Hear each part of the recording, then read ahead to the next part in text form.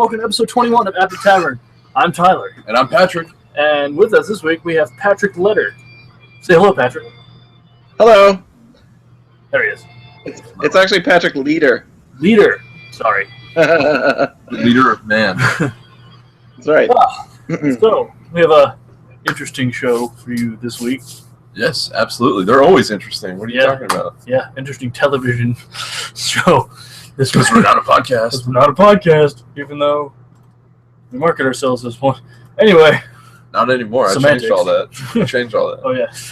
Semantics. Wrong way. Okay. Let's get started with us stuff. Right, so we made some changes to the website.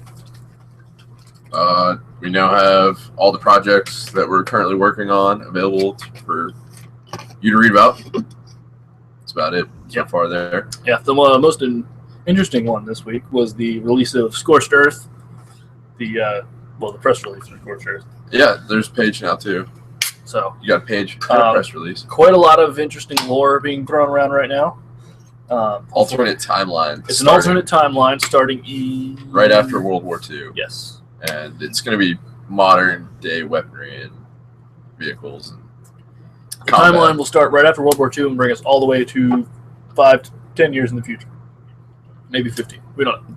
Depends on how much time we need. Yeah, and we also announced Trapped at the Tavern. Yes. Where you're going to, test crappy games and destroy them. Yes. Following that, we have Dino Dude Ranch review coming out this week and Smart Green Heroes. That's all I'm going to say. These are projects you're working on right now? Yes. Well, Dino Dude Ranch is a review we did for the guys who made it, and Smart Green Heroes is another review we did. We also review games that are coming out, so we test them and whatever for other people because they test our games for us, so give and take. And a Murpheus update at some point this week too. Yes, as soon as I get done. Catacombs and Cataclysms. Yes, Murphicombs and Cadius.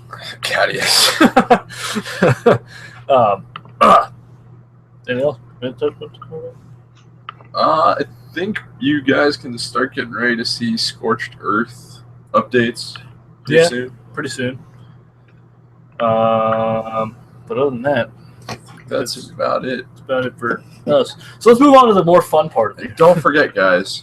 Red Bull. Whenever you're running out of steam, just drink your Red Bull. It's delicious. Anyways, let's move on to Patrick. All right. So Patrick, why don't you just tell us a little bit about yourself? Sure. I live in St. Paul, Minnesota. I'm a programmer by day. Not right now, though. I'm working full-time on game development right now. I am married. I have a 2-year-old daughter. That's about it. That's great. So tell us about your game company. Sure. So 5 years ago, I published Five Fingered Severance through Minion Games.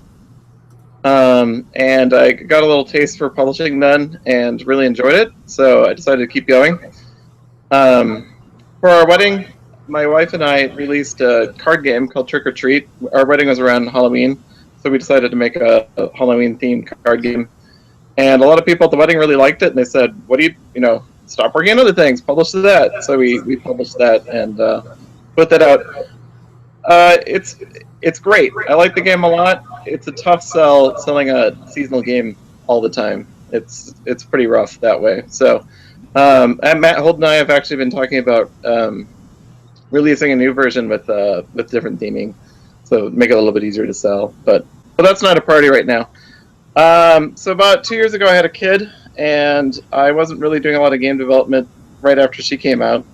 Kind of busy. So I was working on a few games, and I'd been working on a game about laying tiles down to make a dungeon and exploring a dungeon. Exploring the other player's part of the dungeon, while keeping your part of the dungeon safe. So kind of like imagine Carcassonne if it were a dungeon, and then your pawns are exploring the dungeon. And I just wanted to see what other people were working on along those lines. And so I was looking at Board Game Geek for similar games, and I ran into this game by David Somerville called Trove. Okay. And I started hounding him right away. I made an offer in like 2 days. I said, "This looks great. I'd love to publish this for you." And he backed off and said he'd like to try and find other publishers. So he looked at other publishers. I gave him a lot of advice along the way, and then after all these big publishers came back and said we would need too much time to develop this, he turned it over to me. So, and I picked up the game in December, and we've been working on it since then. I have much better access to playtesting than he does, so it's moved a lot faster in my hands, and we're getting pretty close to publishing it. That's awesome. Cool. Yeah.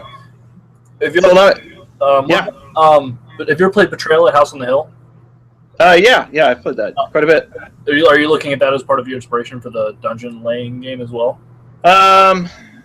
Yeah, a little bit. I imagine a few more tiles than Betrayal, and maybe more stuff going on in the dungeon and less going on in books like Betrayal. But yeah, that sort of tile thing. Oh, and exploration. So Trove then, what really drew me to it was that you're laying down tiles to form a dungeon, but there's 4 roles in the game, and they all play the game very differently. And so the first player is a knight. Excuse me. The first player is a knight exploring the dungeon, or the cave as it's called. And the second player then is controlling tribes of goblins that's trying to stop the knight from invading the dungeon or the cave. And if there's a third player, they become the dragon. I'm kind of butchering this. So the first player, the knight, is searching for the dragon to kill them. And so then if there's a third player, they become the dragon. And the dragon is trying to avoid the knight and escape the cave. If there are 4 players, the fourth player then is the cave, who's trying to stall the other players just long enough to collapse on them and kill them all. That's pretty awesome. Yeah, I really And like You had me at 1 player as the dragon. I killed them all. 4 players of the cave, yeah. That's where I get a lot of people. It's actually interchangeable. You can have a game with the knight, the goblins, in the cave. It plays a little differently then, but that's generally how it works. Yeah, it's been a lot of fun. The problem is it takes a lot of playtesting because every player is not playing the same. It's like developing 4 little games that have to kind of play together. And every time I change something, it just blows my mind how the interaction changes between the other players. So there's a lot of push and pull. It's great, though. It's been a lot of fun. I think about playing it all the time. I've probably played 5 other games since I started working on it. Wow. Yeah. That's strong. So how long would you say it takes to play? About 90 minutes. If the goblins are going to win, they usually win pretty early, so sometimes you see an hour-long game, but it's usually 90 minutes. We're also working on a 5th role. David and I had a lot of discussions about this going back and forth when we were talking about the theme of the game. And so we have 4 sort of prototypes for a 5th role and a 6th role worked up, and we haven't finished any of them yet. The one we've been playtesting the most, though, is this immortal thief who's been cursed by a sorcerer to keep coming back to life every time they die. And so to get out of the sorcerer's curse, they're raiding the cave to find treasures to bring back to the entrance. Every time the thief dies, he has to restart at the beginning then and keep trying to get all the treasures from the other players. That's awesome. That is fantastic. Yeah. So, man, I'm like all off where I was going. What are you doing? I'm trying to do 8 things at once. Part of it is host the podcast with you. Where are you playtesting? Do you have like a local local game store where you have like a dedicated group? Like how have you gone about the playtesting? Sure. I have a Wednesday group that meets at my house every week. And then anybody in the Twin Cities is, as long as they're not a tool, is invited. Fuck you. I also I usually role play on Saturday nights, and I've converted that group into playtesting Trove. And then I've been hosting an occasional extra Friday night to continue playtesting.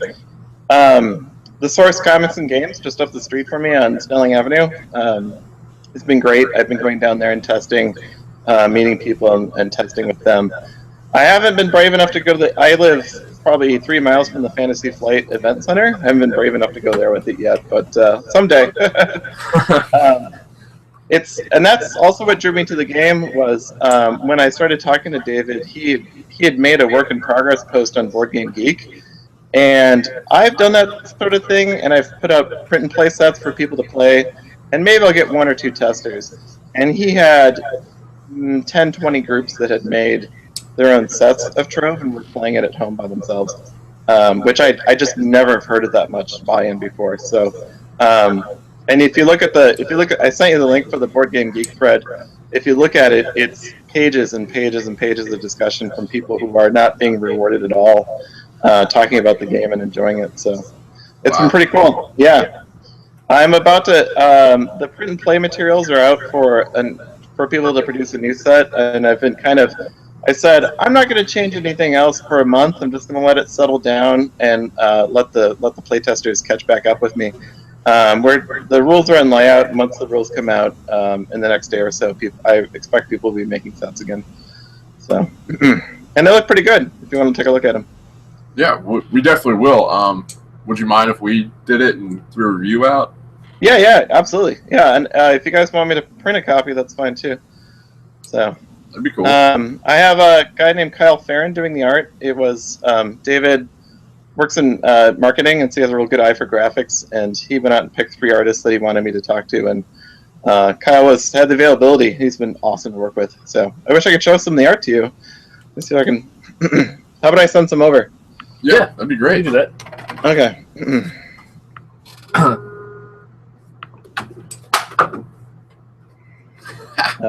Boy, I need you. Okay, let's not stop talking though. Sorry about that. No problem. I got this. Got it. Yeah. So, what would you say would be, since you picked this game up from this other guy? Yeah. What would you say was the thing you found that needed the most work? Oh yeah. I've actually written quite a bit about this. So I'm just making sure you get the invitation here. Okay. So I started working on it right away, and it's his first game, and it's great. It's a great design. I think he did a really good job with it. But I've worked with a lot of other designers, helping them kind of polish and balance their designs, and we tried at first just hammering on balance, because we thought balance was really important for these 4 roles. And after just like a month or 2 of beating our heads against the wall trying to get it balanced, what we realized what we really needed to work on was the game's speed. So we worked on the speed a lot at first. And then we worked on what I call accessibility. Yeah. Because you're playing 4 little games, every player at the table needed to understand how all the games worked at the same time. And so we did a lot to make the rules simple enough for everybody to look into each other's games and be able to understand what's going on. Otherwise, the interaction just kind of fell apart and the balance wasn't there. And we knew we could work on balance a lot, but without that, we would have to make changes at the end and then have to readjust balance. So we stopped working on balance until the very last step, which is what we've been working on last month. So that improved the process quite a bit for me. It made it much less frustrating, and it was much easier. So I also have a process I call play creation that I'm planning on writing some essays about when I'm done with the game after Trove that I'm working on. And I play by myself at night, and I go ahead and change rules during the middle of the game. And I know a lot of developers want to have everything written down and very well structured before they start playing, but I just keep playing the game and changing it until I have the narrative that I want, and then I set those as the rules. So I've done a little bit of that with Trove too. Right on. Sounds like you you got quite a few processes down. Yeah. So let's see here. Did you get that link, Tyler? Yeah. Oh, yeah. I sent it to Patrick because I had his email address. Oh, you sent it to me? All right. Well, I'm going to forward it to Tyler. I didn't get those. Tyler can ask the next question.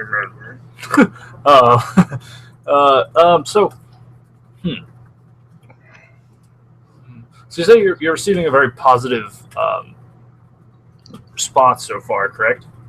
Yeah. Yeah. Have you hit any roadblocks? I'm not. Well, it's kind of a two-part question. Sure. Because I'm trying to figure out how to word it so that anybody out there who's in the process of doing games or whatever. Have you hit anybody who just absolutely hates the game, and do you feel like the positive impact or the positive response you've been getting is helping the exposure of the game? Sure, that's a good question. As far as roadblocks, one roadblock that concerns me is that about the 40th time you play it with the same group of people, we have short attention spans. We all want to play new games a lot, and I think everyone has had that experience. And it's a game that you have to be everyone has to be participating a lot. And so if you have a player that's kind of disinterested or bored with the game or just tired from work or whatever, the playtesting can kind of suffer during that. So that's been a little frustrating to me.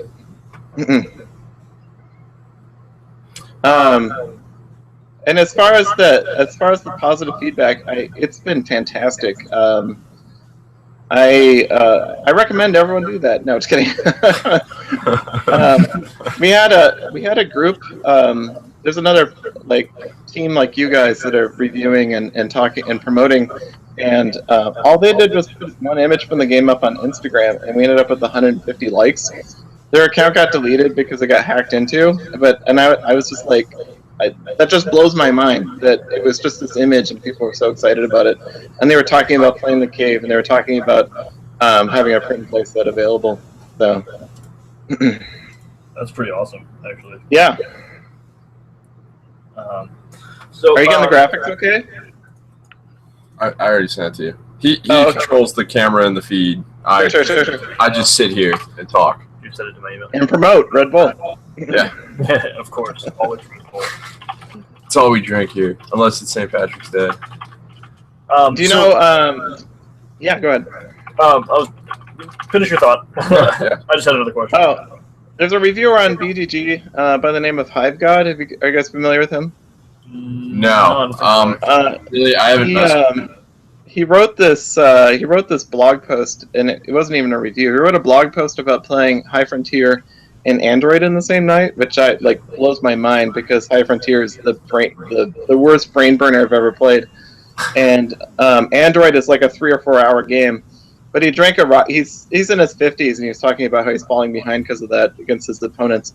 And so he drinks a Rockstar on the way to the game, and his description of what happens for the next 6 hours is just priceless. I recommend everybody go out and find it. I'll even send you the URL. It's pretty good. The other night we were actually buying cases of Red Bull. Uh-huh. And, I turned to him and I was like, you know how most people are like 80% water based? We're like Red Bull based. I mean, that is literally all we drink. I cleaned out there's a table right here. It was just stacked of Red Bull cans. This whole area. It also doesn't help that recently we've You'll be all set then. recently we started twitching our Video game exploits. our video game exploits. Late at night and during the day when we're bored, when we're tired of writing. So you're gonna have to manually send me these links because I can't get it on my email right now. I sent it to the Space Tavern Games Gmail account. Okay. Well, you should tell me. I might have to share it then. I got it. Okay. I thought he sent it to my STG email, which I currently can't get into. No, I just carbon I got a new phone, so I'm still setting everything up, and I have a whole bunch of different waves of security and stuff. Ooh, this is awesome. Is this all for the? This is all for the game, correct? Yeah, this is all for the game. Okay. So the creatures you're seeing, the goblins. In David's original design, the goblins were able to bring creatures into play that would like kind of wander around the board with them.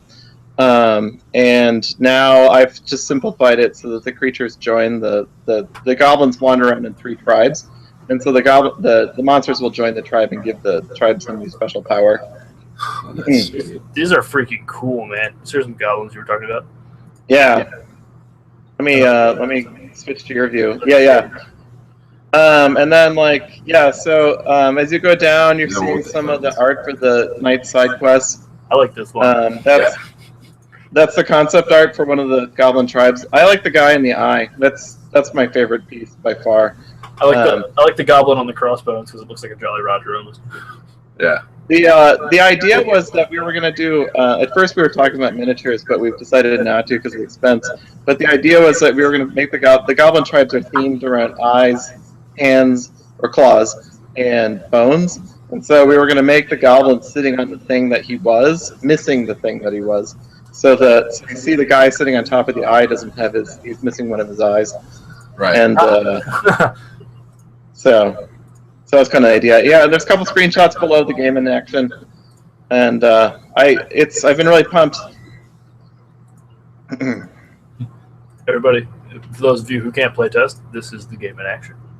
Yeah. So what's going on here is if you want to stop on this image, the knight is kind of up in the upper left corner.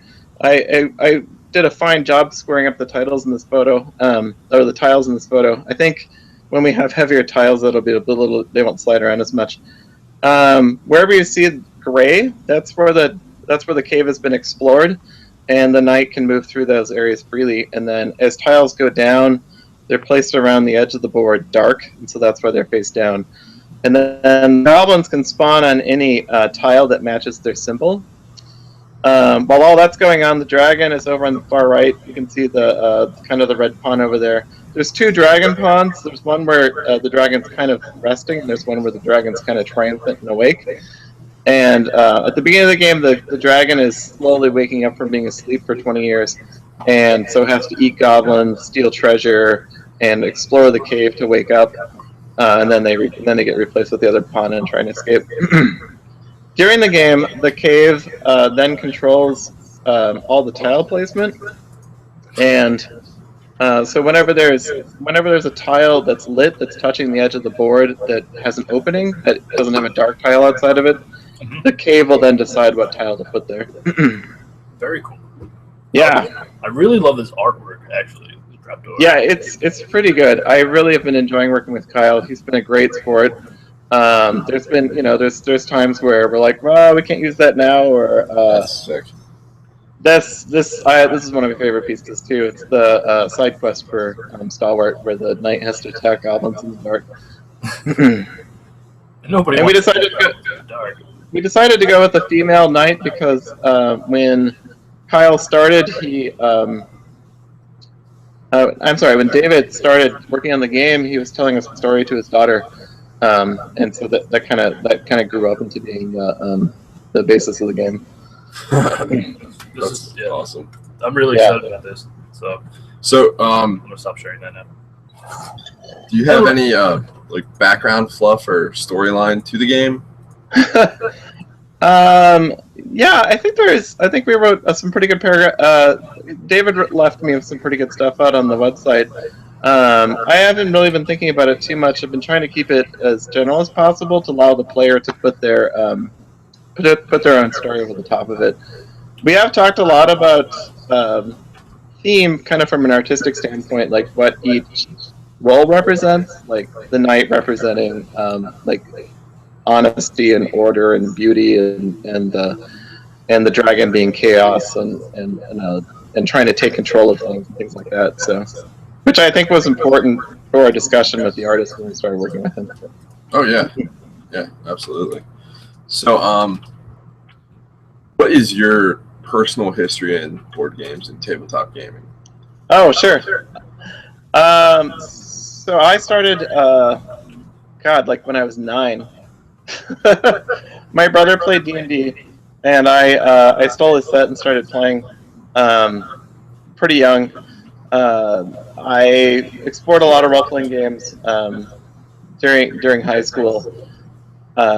We would go to game shops up in the cities pretty frequently. We lived in a rural town, and I ended up picking up Cosmic Encounter in the early 90s. Does anybody remember Cosmic? Do you guys know Cosmic? I know the name. I don't think I ever I know got about it. it. I don't think I got a chance to play it. I'm a little older than him. Pretty early game. We picked up the Mayfair edition, and I'm not kidding. I probably played 300 games of it my senior year of high school. Like, we would come home from school every day and play Cosmic over and over. So I really started to enjoy board games. I kept going in college. Robo Rally, Supremacy, a few others. I made a big point of trying everything a little bit. So we still were role playing in college. I did some LARPing in college. Continued playing board games. I got into miniature wargaming pretty heavily after college. So I played. I used to have an 8-foot by 4-foot table at 3 feet high to play 2 games of Warhammer simultaneously in my living room. So, and in fact, the woman I was dating out of college, we actually would make scenery, like foam scenery, for Warhammer and sell it at local game shops for money. Paid her rent a few times that way, so that was pretty good for us. Kept going, kind of narrowed my focus a little bit, and then board games started picking up, in the late 90s, early 2000s, and I really got into it then. And I started designing pretty early. A friend of mine, early, it's been around for a long time, but a friend of mine came by when I was living in Denver for a week, and he had this game he had designed, and he showed it to me, and I was just like, wow, I didn't even think you could do that. And he had this massive role-playing game, kind of adventure game he had designed, and we've literally played it for 20 hours one session. And so we learned a few things, like we need to make the game shorter, but moved on from there. So I kept buying board games, and I kept, in 2000 I started designing games, and it took me a long time to get Severance to market, but I did it eventually. So. Well, you've done something a lot of people have been dreaming of. Yeah.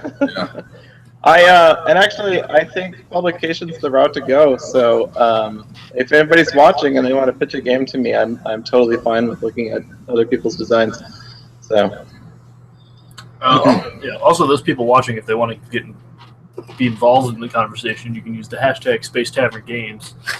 Or send us a message. Oh yeah. I should be checking my Twitter feed. I don't even. Oh my God. Okay, we're fine. Yeah, we are fine. Yeah, people usually watch it the next day, so. Yeah. Let's see, hashtag Space Tavern Games. Nothing's on our live feed right now. The guy doing the layout commented on Facebook, "What's Crow?" I hope he knows. If you don't know yet, when we're done, go back and rewatch this, and you'll learn all about it. So at this point, we're actually aiming. Once the print and play set comes out, if people react positively to it, I think we're actually aiming for a late July Kickstarter start now. And I'm getting some pretty good bids to print it, so I'm not too concerned about the cost anymore.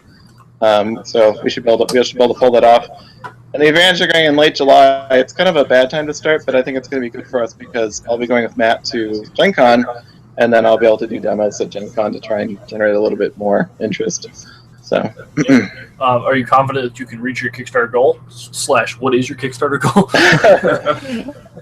I haven't. I can't comment about dollars yet until all the bids come in. I'm right now, like the bid I'm looking at, I'm thinking I'm only going to have to get 300 backers, and my last Kickstarter went to 170. So I think if I can catch some of the heat off of David's work in progress thread, and work with people like you, and get some people to come back from Trick or Treat, I should be fine. So I'm not too worried about it.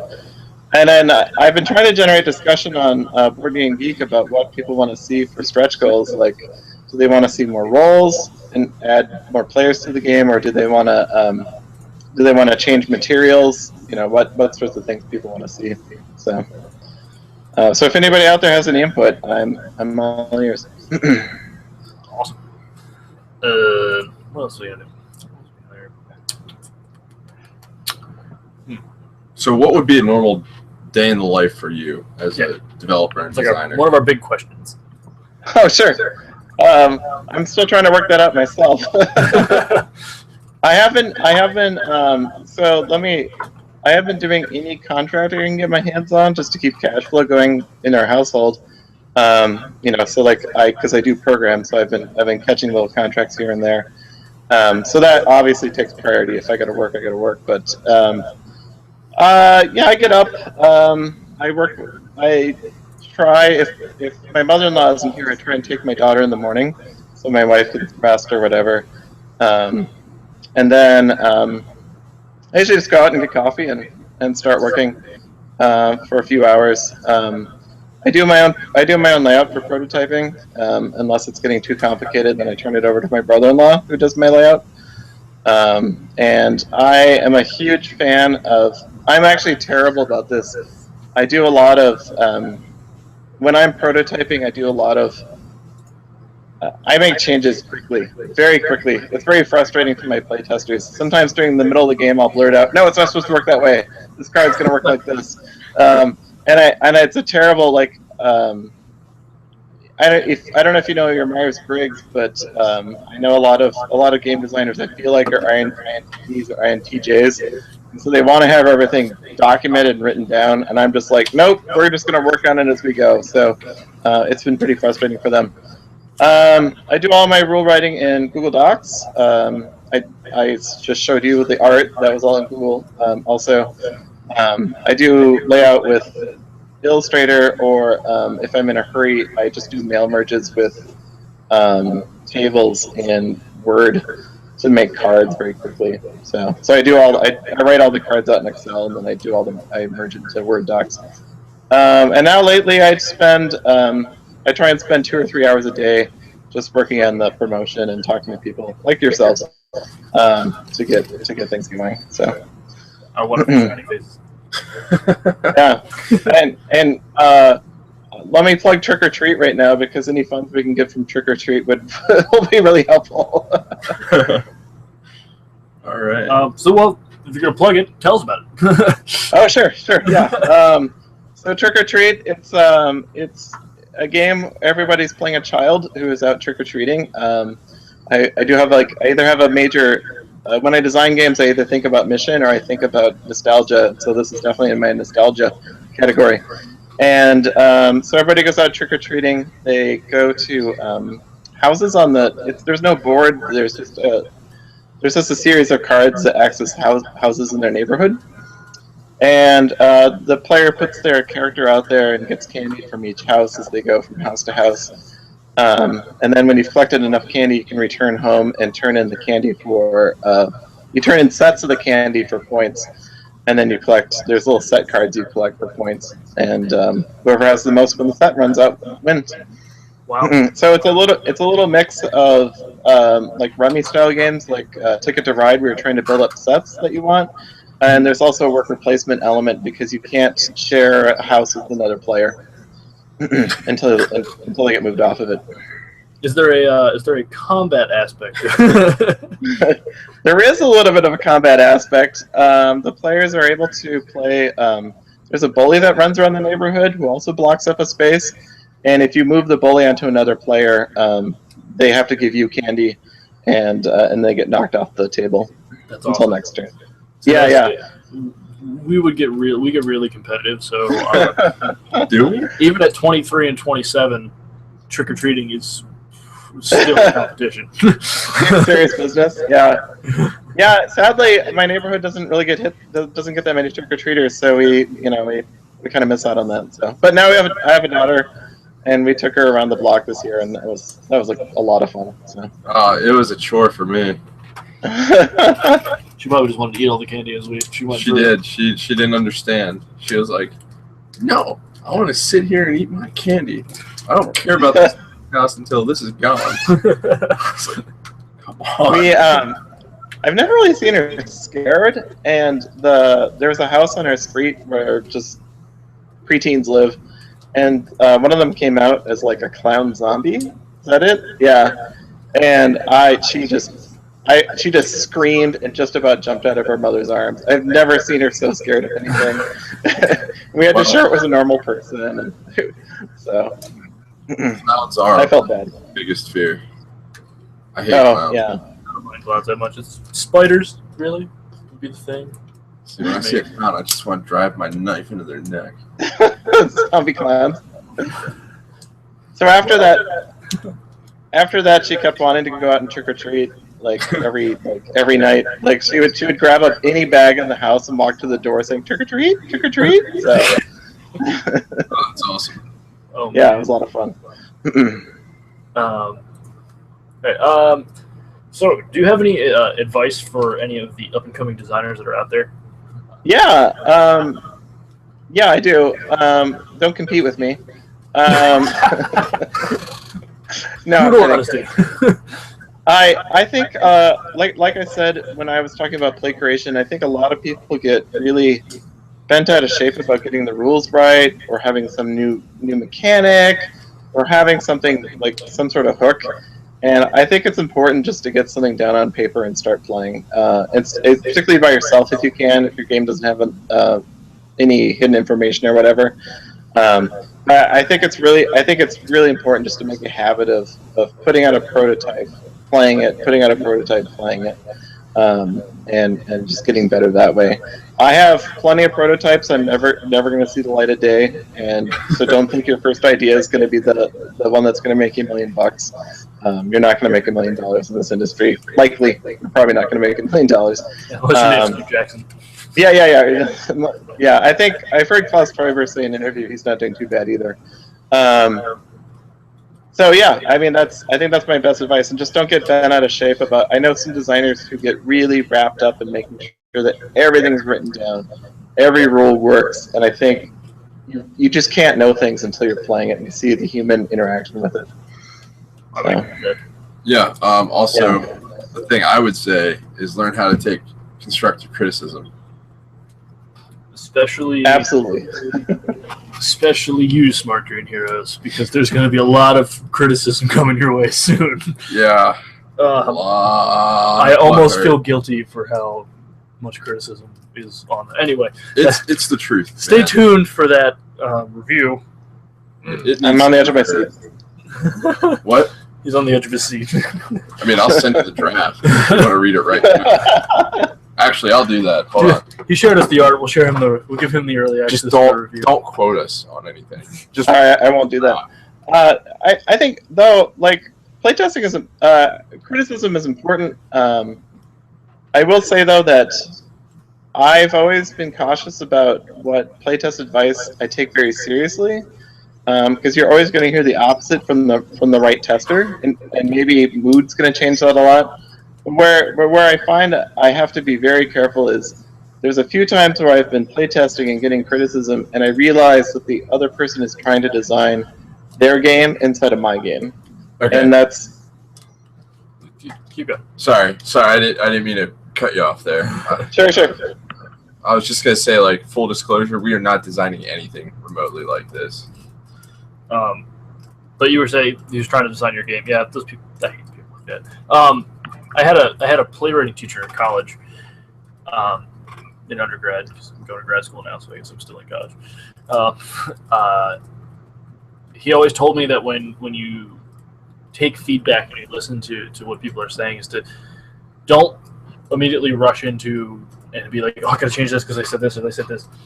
Just make vague notes, and really just sleep on it. And the next day, the things that really stand out will still be there. I completely agree. However, we will say that we were only able to maybe play 4 rounds of this game successfully. If that. But check your email. Yeah. Will do. Yeah, I almost feel bad for how. The despondent look of terror in your eyes is telling me a lot. That's good. I like it. There's another. You see the picture? You see the picture of us? Yeah. Yeah.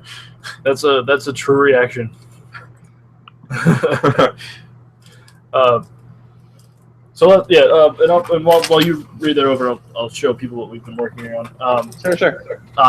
Over on our end, I have a notebook that I bring with me to work because my job allows me to sit around for long periods. This is related to Scorched Earth. Yeah, Scorched Earth. By the way, the mini war game. But I always keep all of my design stuff in a. This is. I'm going to try to hide it back here because it's an interesting mechanic, and I don't want anybody to really read it yet. But this is the main turn mechanic that I came up with. More on that later when we finalize it. And then you came up with most of it. Yeah, that did help. And then there's the layout and way the dice work thing going on. Right here's fun. I don't want to give away too much because we don't really have because it's all going to change anyway. Just like you said. But there's a lot of erase marks and everything on here. And then this, I'll hold it a little bit closer. This is going to be what the cards are probably going to be close to looking like when we're done. So that's the Scorched Earth stuff we've been working on. More of that to come. Hopefully have a playable version of the game here soon to get out there and, like you said, get some playtesters on it and see what happens. Yeah, absolutely. I'm actually really, really nervous about it because we talk a lot about how other people's games can be fixed or how we fix other people's games, and we've talked a lot. This is playtesting, and we've talked a lot of smack about War Machine Tactics, which is based on one of our favorite tabletop games and a very, very successful tabletop game. So if our tabletop game isn't that good, we're gonna look like huge douches. But this is playtesting and development. That's dude. true. That is also we have true. a lot of slack. I have a lot of pressure on myself. Okay. I'm the only one doing it, but I have a lot of pressure on myself to perform. I put a lot of pressure on myself. Oh, putting the pressure on you? Yeah. Yeah, you're the only one with the pressure. I put a lot of pressure on myself to perform in these kinds of situations. So, Patrick. Yeah. How'd you like that article? It's pretty good. I'm enjoying this. There's another designer I talk to pretty frequently. I won't out him in the show. He's designed. I'll tell you, he has designed a game in the top 300. And he and I we have this bad habit of looking at Kickstarters that are doomed and critiquing them. And it's the cattiest thing I'll ever participate in. And I've always been like, could I hide my identity and make a show about this? But now that I've said it on here, I can't. But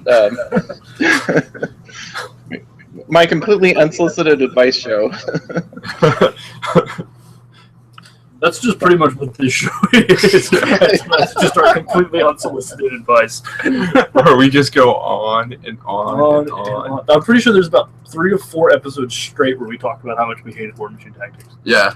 I mean, the thing is, though, with our reviews, when a game's finalized and it's sent to us, we are brutally honest with it. Either way, I mean, if it's good, we'll tell you it's good. If it sucks, you're going to know it sucks. Right. Yeah. Especially when I'd rather play 4th edition than play this game. Shots fired. We really, what we're striving to do is if you send us a finished product, we're going to treat it like a finished product.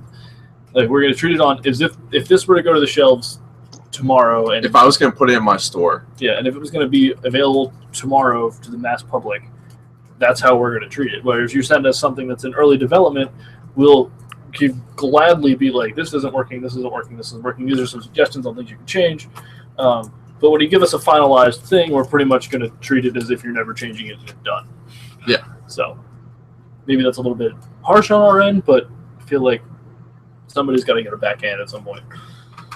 We'd rather it be us. We'd rather be us given the backhand. Sure. I do write a lot of reviews for myself in my own journal, and that'd be another thing I suggest to designers, just to write. If you can't design, at least write. And I tend to really strive to rate games based on what they are. It upsets me when I go to BGG and I see people like down, like if it's a children's game, they'll rate it low. because it's not fun for them. And I'm like, yeah, but it's, you know, like it's a children's game. It's not going to be for you. It's for children to play. So I tend to take that approach when I'm reviewing, personally. But. I mean, if it's children's game, I understand that. I'm gonna act like I'm a child when I play it. Well, that all works then. Yeah. I mean, I don't know. I've just noticed that a lot of people will send like their games to their friends who they know aren't gonna like rip them a new one about whether or not something works, you know? Right. And I just feel like that, you know, people need that honesty about their products. And even if you don't agree with us, that's fine. I mean, not everyone's going to see eye to eye on everything. We understand that. I mean, we're not trying to go out of our way to cause butthurt here. Right.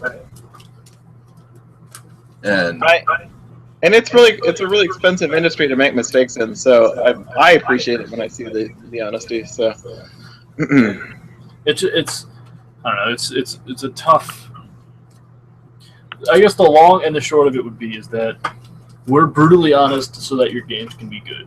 Yeah, and we want people to be brutally honest with us too. Yeah. So like when we send our stuff out, and if I get somebody back that's like, this game's great, and then they don't give me any other feedback than that, I'm gonna be actually a little bit upset that you weren't completely brutally honest with it. Yeah, I'm gonna be like, what did you find? No, tell me what you didn't like. What worked? What didn't work? What do we need to change? What should we look at? What I'm kind of hoping for with the throw feedback is that I see people saying it would be great if there was another layer to the interaction. I'm hoping to see that to see if it can go deeper or if people are satisfied with it. I'll be interested to see that. I also took a lot of the luck out of David's original, and I'm worried that the same audience won't like it that I'm trying to design the game for. So we'll see how that goes. So you guys say in your review here you would rather play 4th edition. Tell me about your role-playing game habits right now. Oh. Well, there's a shelf right here. This is one of the many shelves we have. But this one is just dedicated to Iron Kingdoms. Oh, sure. Not sure if you're familiar with that, but I am. We have the original, the D20 system, and then we also have the new system, which is D6 exclusively that they developed. And so Iron Kingdoms. Yeah.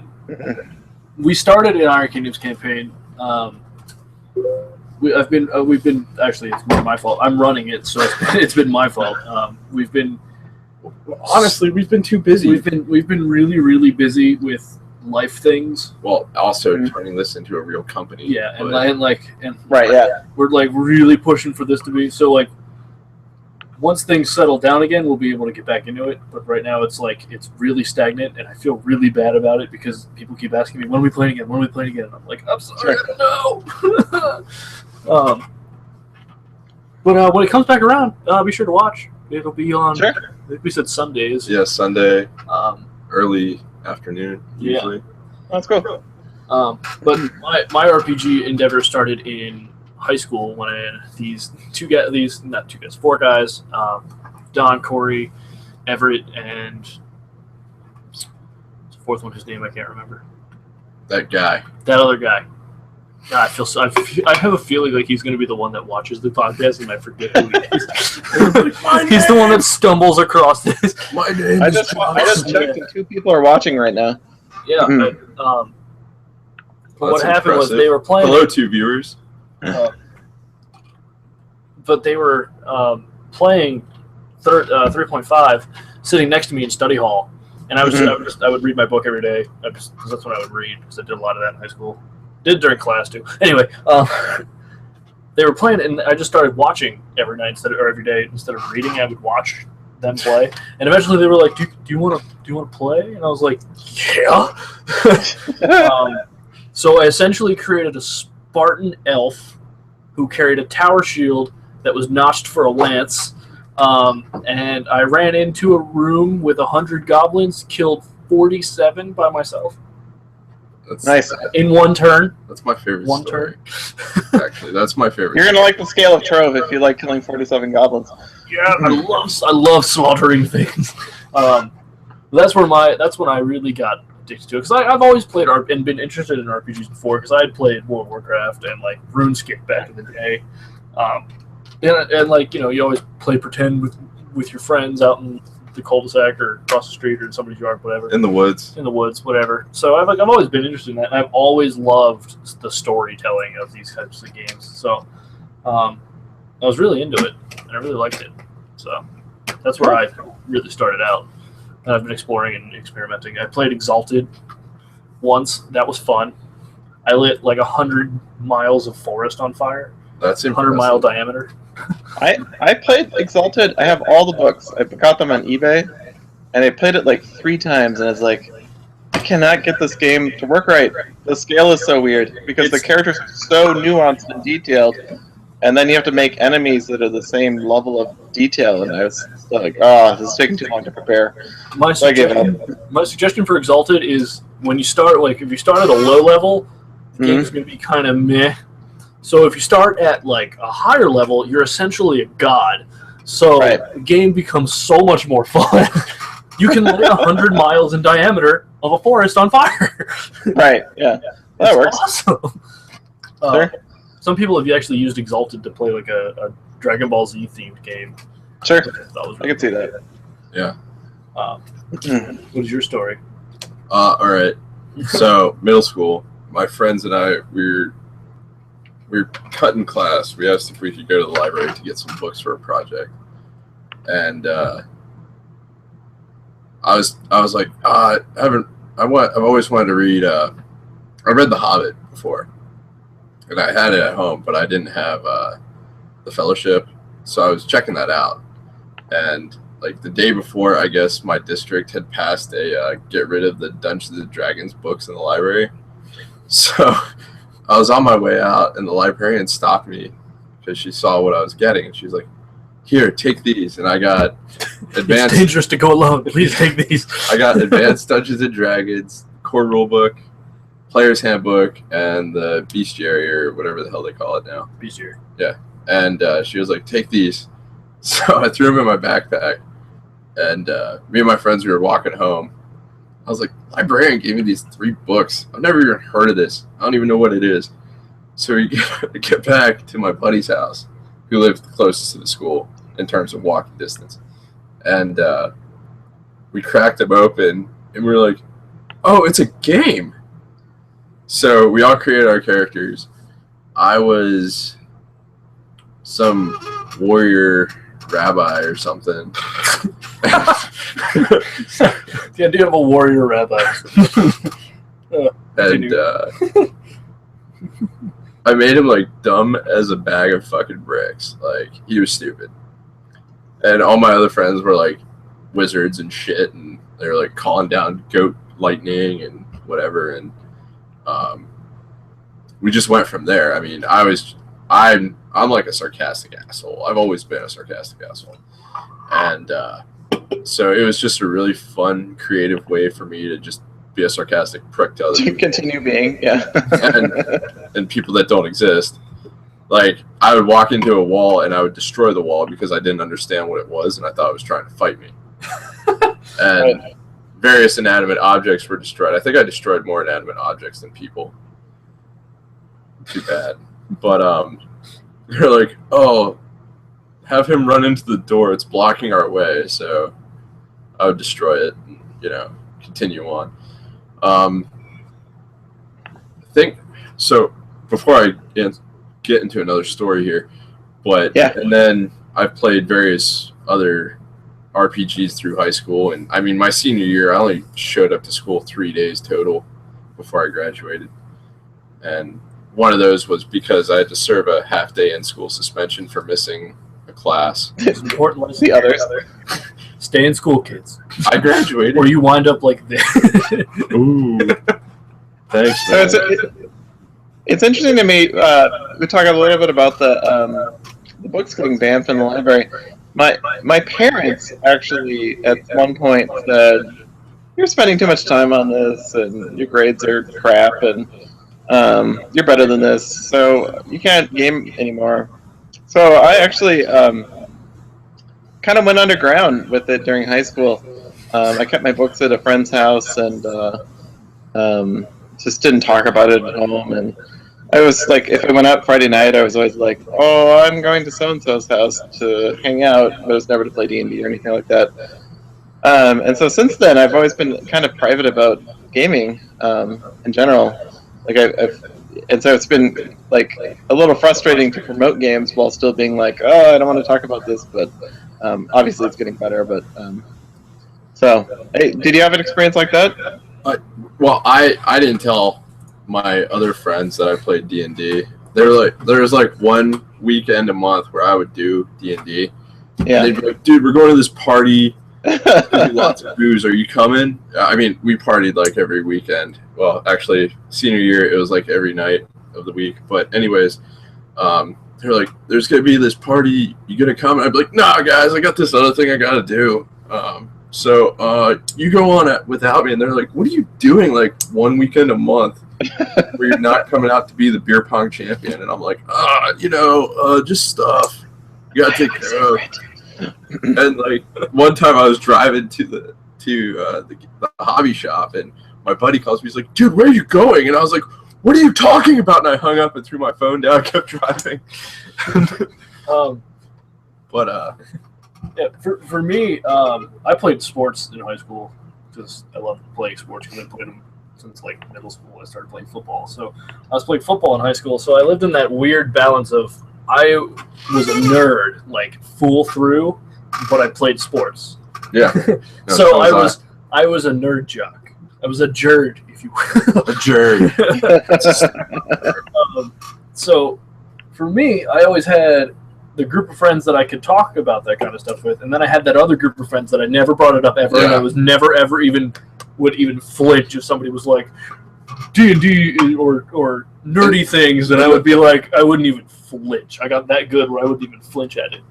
But then, football ended, and I didn't care anymore. So, and the funny thing is, though, like the friends, quote unquote, from the other group, you don't really talk to them. Like, I still talk to the dudes from like my core group from high school, and they're like the only ones I talk to.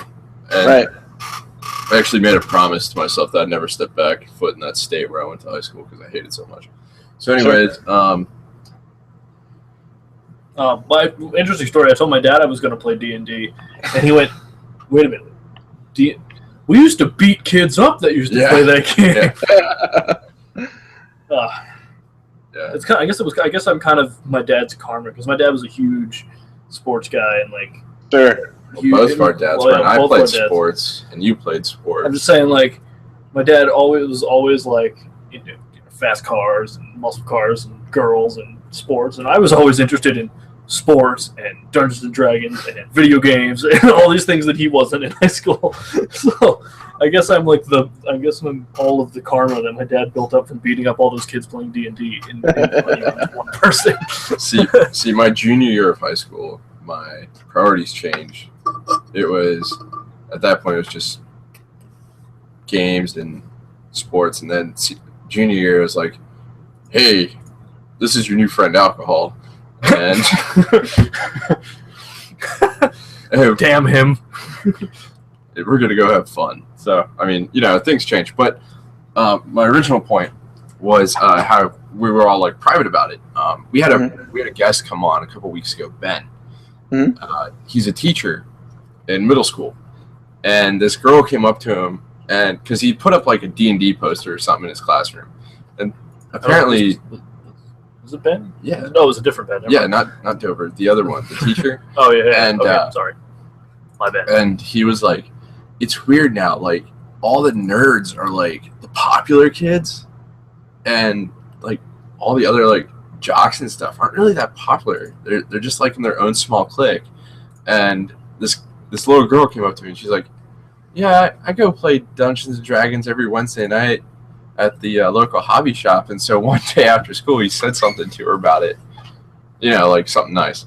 And the parents came up, they're like, "What are you talking about?" And he was like, "She told me she goes and plays Dungeons and Dragons tonight at the hobby shop." And they're like, "No, we do." And he's like, wow, it's come to that level that kids are lying about playing Dungeons and Dragons to sound cool. It's like, come on, kids, you can go pick up the copy somewhere. That's funny.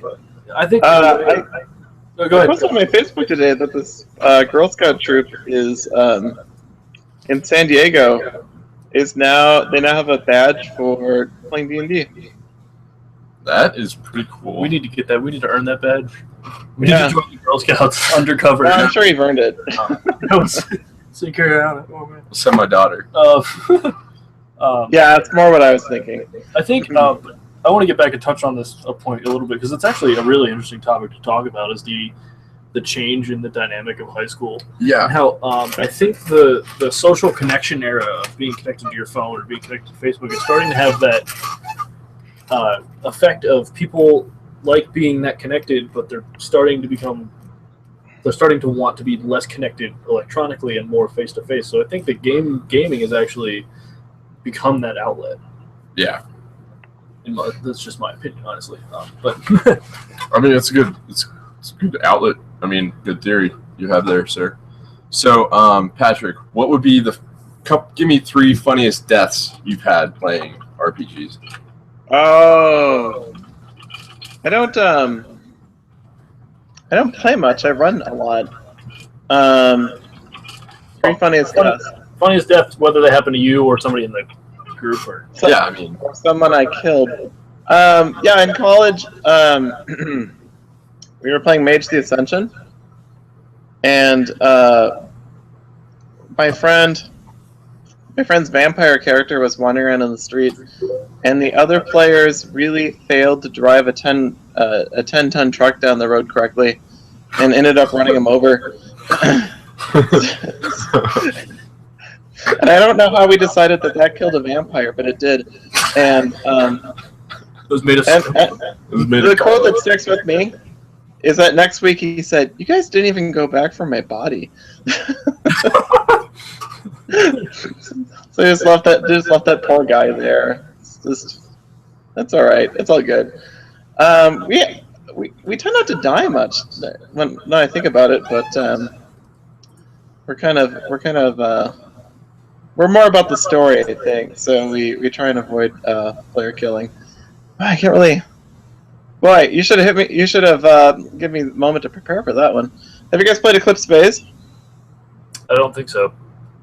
I think you're always going to see in Eclipse Phase. It's about transhuman humanity, like settling the outer solar system, and because the Earth is destroyed by an event in the backstory, and your character is always being backed up, like their brain is always being backed up to a little device installed in the base of their skull.